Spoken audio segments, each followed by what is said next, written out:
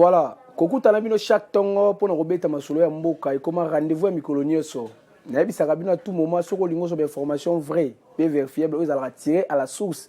Tous en la place mi balete. Tous en la place mi balete, bo s'abonner, bo aimer, bo liker na actu définition votre chaîne. Oh yo, vous allez copier une information en temps réel. Mbote Kinshasa, Brazzaville, pe mokili mobimba, partout bozola na biso. Merci pour le message, ba suggestion, ba remarque na bino. Ezo comme la biso penza na mitema et puis ezali ko sabise sengo makasi. Lelo tokolobola ba sujet moi ebele. Lelo tokolobola ba sujet moi ebele boyebi ke journaliste Israël Mutombo o ba benga bongo sango ba fundiye. Nana fundiye ezali masolo tokobeta boyebi ke moi si il y a le général Delphin Kayimbi nangongo tokoloba boye alalaki na prison, aza na prison. Nangongo tokoloba moi ça Delphin Kayimbi a na prison. Eza masolo tokobeta Tokobeta lisolo ya seni o ezali kobota ba réaction ti sikoyo awa lelo foto lobela yango tokobeta pe lisusu pona kosukisa lisolo ya troisième vague ya Covid-19. Je vous ai annoncé ici que le gouvernement congolais et le baki est quoi annoncé et que c'est prononcé et c'est prononcé jusque là ba mesures complémentaires na no yete même boyeba déjà que Bakonzamboka bazu déjà quelques dispositions. Na lingi to banana nous na dossier ya Mwasa Delphin Kayimbi. Mwasa Delphin Kayimbi bakanga ki par mesure d'enquête. Basimbi et par justice congolaise quelques temps après, ils allaient pour résoudre une mesure ya banquette, ba mener banquette concernant liwe ya mobile na ye. Ba komona ke azala innocente. Ba ko akité. Après ko akité un jour après, tribunal à grande instance ya Kinshasa Gombe et Kotia Lisusu Maboko. Elle avait passé nuit là-bas. Alexis Joumrokuna, Nasimana Yango. Natongo, ba memie la prison centrale ya Makala et pas yoa passer ko séjourner tisiko neto koloba. Pourquoi ba kangiye? Pourquoi ba tie na kati ya kasho? C'est la même information au biso de Zalango Awa, balobi ke ezali pour na 3 infractions. Il y a liboso, moi si ya général Delphin Kayimbi tango azalaki na résidence surveillée. Bagarde de koro bazalaka wana ayaka kosenga bango ke akende église na bana. Bango ba suspectaka ba monaki lokola alingaki a s'évader kima. À sa l'évasion. Deuxième sujet, ezali ke azana dossier moko ya lupangu oyo ye azali na kati balingaki bateka lupangu ya batu. Nalobi deuxième dossier balobi ke ye azali na groupe batu moko boye balingaki bateka lupangu ya mutu. Troisième dossier balobi ke abeti so officier moko fimbu. Officier yaka pona dossier moko songolo pakala na lupangu na ye comme azakana ba garde corps. Après ça, on a ordre que ba betaye. Maintenant, to kolobawa, officier wana oyo azaki sita na likambongo alobi ayebi yango te. Dossier alopangu tisikoyo plaignant na monanité. Dossier alopango baba ke ya ngaka teka ti ne to kolobawa plaignant na monanité. Dossier liboso oyo wa lingaka kima asenga ba militaire asenga bango autorisation ke akende église na bana. Bango ba suspecter kalingaka kima parce que azaki na moment ya résidence surveillée. Na lingi to réfléchir lokola ba intellectuel. Na lingi to sala analyse muke concernant dossier oyo. Dossier officier alobi ayebi yango te. Dossier lopangu plaignant siko azomona te. Dossier liboso alingaka s'évader. C'est un dossier flou. Nani azana sima makambo oyo parce que je me souviens dans une émission de la place Oyo, moi si ya Delphin Kayimbi le kaka lobaka ke bande kwa mobile na ye balingaka yete. Bande kwa mobile na ye balingaka yete. C'était ça sa parole. Alors, pour certaines personnes, est-ce que c'est une affaire politique ou bien ezana batu mo balingi ba évacuer maman wana ba bomaye pour que ba makamu monsieur bomba matu za ndenge nini? Parce que la dame kota la maman wana boye azala bilonga bato basala bato mabeta Justice Kanga qui est à Ouetier Maboko. Bah, PC même tag, bah, tiens, la résidence surveillée. La dame était là, avec les gardes de corps. Même avant Bima, même avant ça, elle consultait les gardes de corps. Mais qu'est-ce qui est derrière tout ça? Est-ce que cette arrestation est politisée? Ou bien, est-ce que manigance vous en a séance à l'endroit mobile n'est pas ni salima.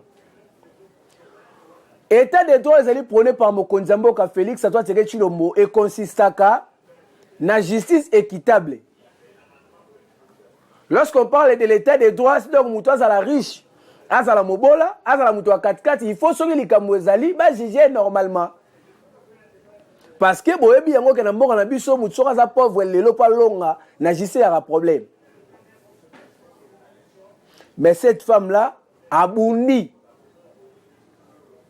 a sambi ba quitté na maman mobile na ye, elle était innocente mais 3 dossiers bimi oyo ba dossier ngo pezaka a flou. Na lobi 3 dossiers wana ezapeka a flou. Ce n'est pas que tu es défendre moi ça de faire Kaïmi, non. Tu dois défendre mais tu dois défendre les valeurs. Parce que dans un pays bien organisé, baro kanga mutute na likambo yo plenya azate. Bokaki mutu plenya ti sukazo mona na te, makambo pezo e banate. Si c'est une affaire politique, je vous dis vous allez me voir sur votre chemin. Na rolande la dossier à moi si à général Delphin Kaïm Souka. Je vous ai toujours dit que moi je n'ai pas peur de la mort. Parce que dans mboka na biso boza makasi ne loko wana. Soki balobi likabo chata balabe bozo kotela mosa Delphin Kaïm Komona. Toko bomayo. Toko beto masasa toko buko makolo. Je vais regretter son akufi po na bimena mosa mutu. Je vais regretter son akufi po na ibaki. Mais si c'est seulement parce que j'ai défendu la République. Na okota lisa ba Rosimu Kendi ba Thérèse Kapangala. Ya bato ba kufa po na mboka. Tanto fetaka fete ya martyrs ya bato ba kufa po na ekoloti. Et au sala passe makasi bandeko langai.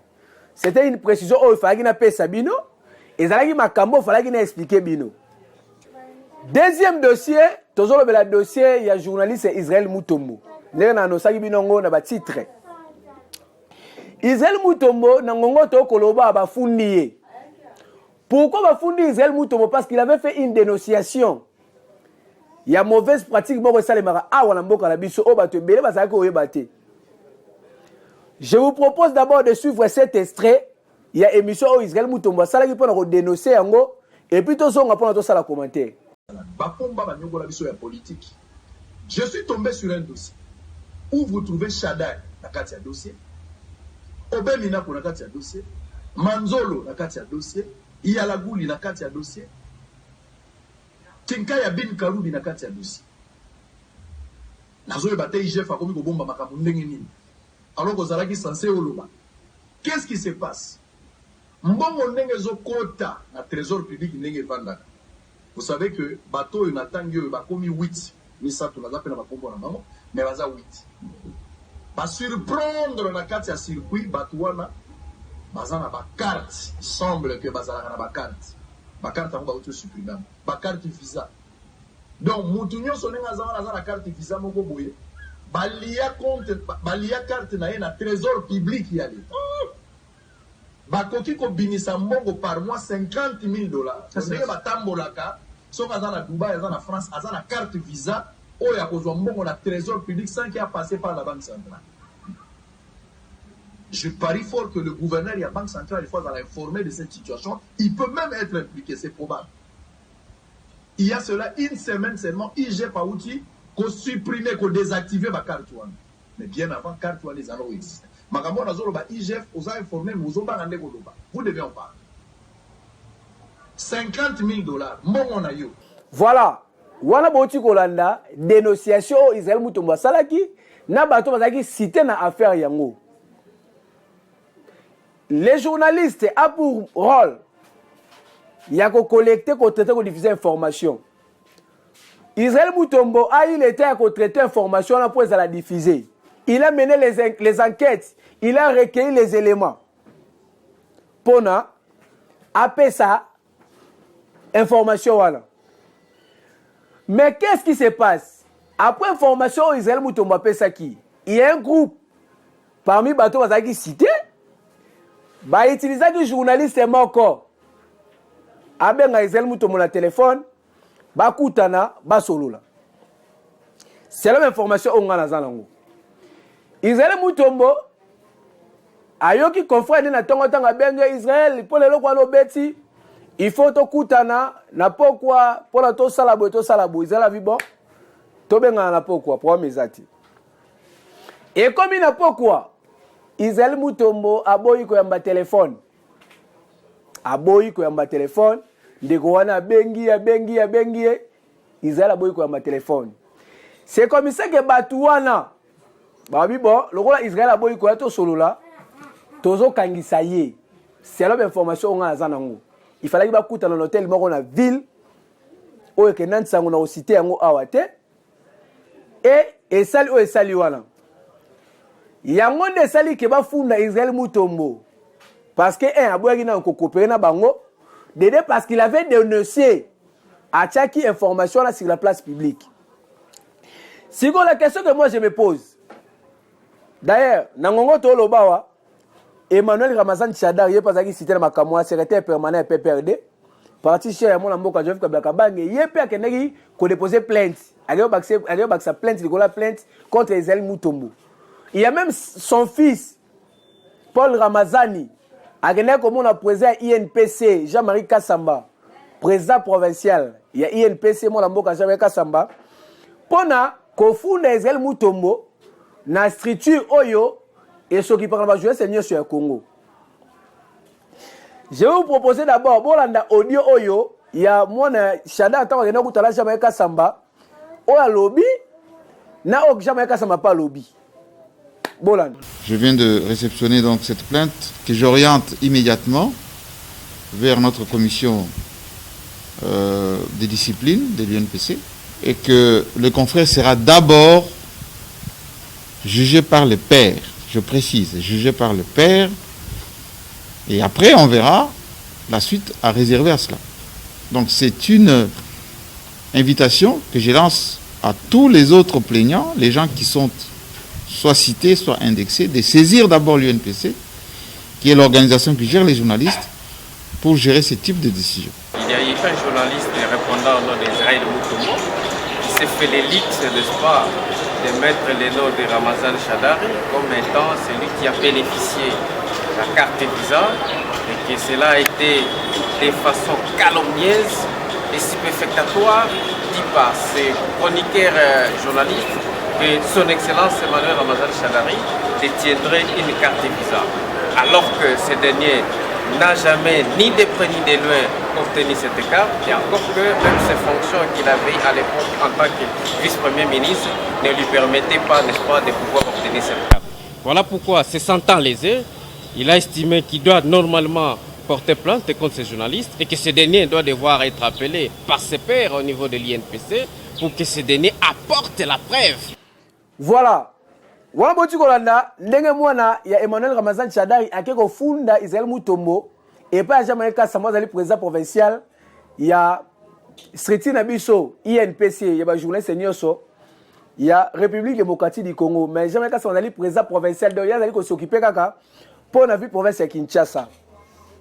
Alors nangongo to koloba Emmanuel Ramazan Chadari na batu nyoso yo bafundi c'est la information zangi par exemple Sele à la Gouli ancien ministre des finances o bafundi Israël Mutombo bakosamba na IGF to bakosamba na Israël parce que ça IGF na menaki banquête IGF a republié pe liste maintenant tous ces gens là vont bakosamba na Israël to bakosamba na IGF na lobby si boke ofunda bakosamba na Israël to bakosamba na IGF il y a une procédure. Ceux qui moutalegi na teva lobi likambo oyo contre yo moni keze yangote. Qu'est-ce qu'on fait? Balé rapport au la droit de réponse. C'est garanti na déontologie journalistique. Ceux qui balobi baleki balobi eloko yo et c'est pelisi yo te to moneza bongote. Tu as une autre version européenne ça, bayaka na TV balobi yango. Et ça la bongo. Maintenant on va au fond c'est une grave erreur. Pour biso ba journaliste tokotika yo te. Tokotika bino te, nous allons soutenir notre frère Israël Mutombo. Aza confrère na biso, il a fait son travail. Si vous avez estimé que oh asala kezaki yango te, envoyez déjà sur bino bolobate, envoyez déjà ba na plateau des ça ba droit de réponse. Il y a même certaines personnes, les gars na TV, Israël fait un pardon, Israël fait un pardon te. Venez avec votre fait. Venez avec votre version. Oh. Pourquoi je suis ça au Congo? Je ne sais pas ces formations, vous commencez à les menacer. Papa, vous êtes au Congo. Vous avez pas bloqué ça va tout sauter. Vous avez ça va tout sauter. Et ça, vous avez un monopole ça va tout sauter. C'est faux. Il y a un Israël et un IGF. Ils ont passé. Ils ont passé. Bah communicateur qui j'ai vu Papita m'a dit Israël fasse un pardon public. Ah mon pays va mal. Mon pays va mal. Franchement mon pays va mal. Allez tout mettre solo, il y a troisième sujet. Nano Sakabino Awa, troisième vague ya Covid-19. Est plus dangereuse que la vague précédente. C'est-à-dire première vague, la deuxième vague. Je vous ai même dit que les hôpitaux n'y sont pas malade ya Covid-19 n'y sont saturés. C'est comme ça que avant de faire ça mesure complémentaire. En dehors il y a autre reçu des gestes barrières, gouvernement a se concerter ayeba ba mesure il faut mettre en place. C'est comme ça que ministre d'État à santé mon mboka excellence Jacques a salaki message oyo nazo proposer nous bolanda et bon on tout juste après. Chers compatriotes, il est important ce jour de faire le point sur la situation globale de la pandémie Covid-19 qui a déjà connu 2 vagues en République démocratique du Congo depuis le 10 mars 2020. Ces 2 dernières vagues de la pandémie Covid-19 ont été gérées avec succès grâce à l'engagement du gouvernement sous l'impulsion du chef de l'État, son Excellence Félix Antoine Tshisekedi Tshilombo. Ce succès n'aurait pas été possible sans votre civisme, sacrifice et respect des mesures édictées par les autorités politiques et sanitaires. Cet engagement commun a permis de réduire la propagation de la maladie, de limiter les décès et permettre la reprise des activités socio-économiques. En dépit de ce résultat, les activités de riposte ont été maintenues afin de détecter et de prévenir des éventuelles flambées des cas Covid-19 dans notre pays. Cependant, la combinaison de certains facteurs de risque sont à l'origine de l'augmentation des cas observés. Les principaux facteurs sont les suivants. Le relâchement de l'observance des mesures barrières mises en place en ce y compris le couvre-feu. L'importation des cas suite au mouvement des populations au niveau de nos frontières. Une faible couverture vaccinale contre la Covid-19. Chers compatriotes, la situation actuelle de la pandémie Covid-19 dans notre pays est très préoccupante. En effet, on note une augmentation considérable des cas et des décès de la Covid-19 au cours des 4 dernières semaines. De ce qui précède, en ma qualité de ministre de la Santé publique, Hygiène et Prévention, j'annonce officiellement la survenue de la 3e vague de la pandémie Covid-19 dans notre pays, avec la ville-province de Kinshasa comme épicentre.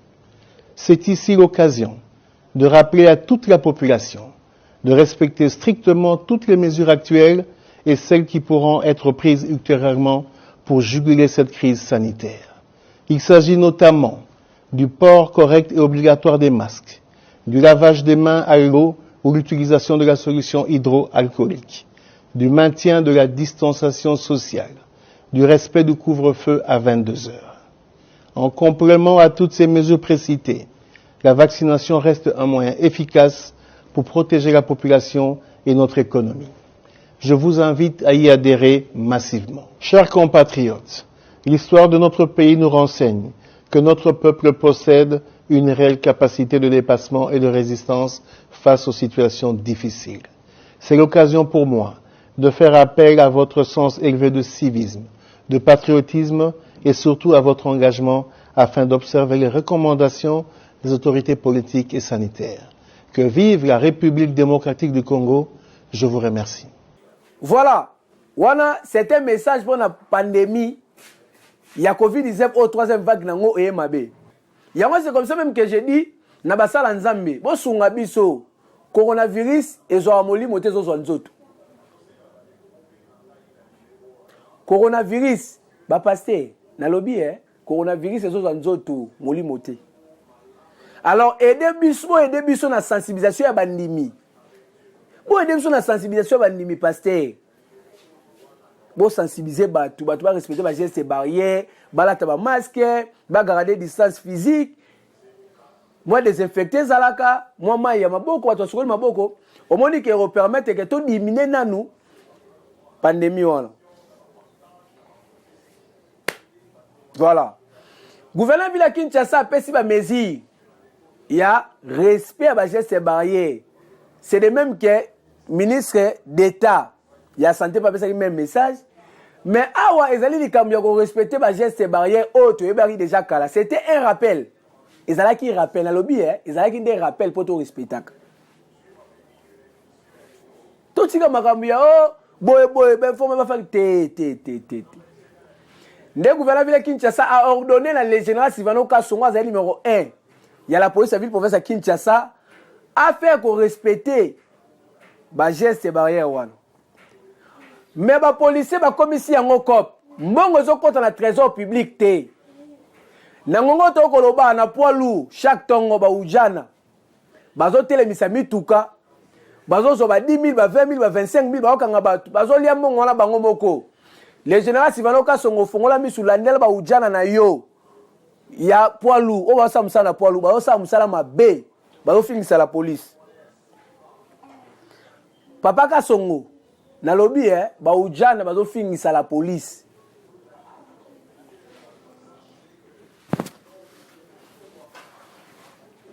Ba ujana bazo fingisa la police. Eza malamu te. Tout ce qu'on appelle ba ndeko. Bon respecter ba gestes barrières s'il vous plaît. Tout respecter ba gestes barrières. C'est pour notre bien. Ezali pour na biso moko. Ozo ta masque pour na l'état te. Ozo ta pour na moso mobile, ozo ta pour na yo moko, c'est pour ta santé. Même ça rabat tout muta holding ko le ka mo razate. Muta holding ko le ka mo razate. Soko zo milinga no yo mo te masque oza pona ko mi batela yo moko, oli ko la tangote. Et bon pona mboka, qu'est-ce que tu feras? O sa nini pona mboka? So yo moko milingi te, yo moko li bonne na ote. Est-ce que linga bonne na mboka? Voilà. Na lingi to chité. Na lingi to chité. Voilà. Na lingi chité na likambu ya CENI. Commission électorale nationale indépendante. Ezali institution oyo ezalaka censé organiser des élections. Lelo oyo dossier wana ezo chama kelele. Boyebi ke mokonza mboka auti koloba yango que en 2023 il y aura bel et bien les élections. Numéro 1 Assemblée nationale Christophe Bosokoda. Il est pas auti koloba yango. Mais problème makasi ezali banani nde ba ko animer institution wana bake ezali eloko oyo mutu nyonso il faut asala o avotaka. Pourquoi? Parce que congolais nyonso sengela participer et sengela pona bato ba ko kumbela masolo ya mboka et sengela pona bato oyo ba ko zala ba représentants du peuple. Mais qu'est-ce qu'on a constaté? Nazo mona ezaki ba confession religieuse et basala nzambe baswana kiawa ba yokana ite pona likambo muta okumbela CENI. Mais en 2006 dans l'élection, s'il faut nous rappeler, ils avaient une confession religieuse, Abbé Malumalu, il était de l'église catholique. Il y a une organisation d'élection numéro 1 à CENI. Mais on avait quel résultat? Dans le lobby, tu as un résultat ni pour l'élection. C'est une expérience. En 2011, ils avaient Ngoyi Mulunda. Ngoyi Mulunda né à Zouaki, bâton de commandement à CENI. Mais on avait quelles élections? Ngoyi Mulunda. Azali pasteur ya protestant. Ngoyi Mulunda. Barizani ni tozwaki. Expérience wana nde la musi population. Expérience wana nde la musi batu. Po basa nini? Balandela. Ba fongola misu poto boyi ba député nommé. Tolingi bato bako kamambo ezala bato bako mériter. Na lobby tolingi bato bako kamambo ezala bato bako mériter. yango mokonzi mboka na discours na il a insisté sur la transparence ya l'élection. Soki toche mutu ya lamuka la même chose. Raison pour laquelle bato bazolela ke ezala mutu oyo azali a politique, mutu ya politique te. Pourquoi pas la même moi si? Pourquoi pas la moi si? Pourquoi pas? Ezala pe moi si. Ezala non maman to tchala maman to tande maman au travail pour ba papa to tchaki bilomo boyebi suite. Na lobby ba papa to tchaki bilomo boyebi suite. Cette fois-ci pas ça non à ta maman. Voilà. Merci Bandeko. Ezali 4 6 jours fali to lobela. Na yebi sarabino likambu ya Congo tali ba congolais nyoso. Congo c'est héritage te ka bato FC ba ko so héritage na bango lo ponga famille te. Et ça c'est bato la muka ba so lo na bango te. Que bato mo boyo Congo non. Le Congo est un héritage. Il y a ba congolais nyoso. Raison pour laquelle to benga patrimoine national. Merci pour la confiance et fidélité. Merci à Ndeko Nyoso Bola na biso partout. Na Maroc, Nidel Toto mon appelle sur Mbote. Na pesi Mbote na Jordan Kilundu. Billy Emenda na Maroc. Na Sierra Leone Simeon Masita. Voilà Bambote Belé. Botika la brancher. Bo s'abonner sur le mozo information sur le sol ngamba e indaki ba mutakalize mutu. Ah otu omona ngote. O ba mutakalize mutu bo ah ezarati.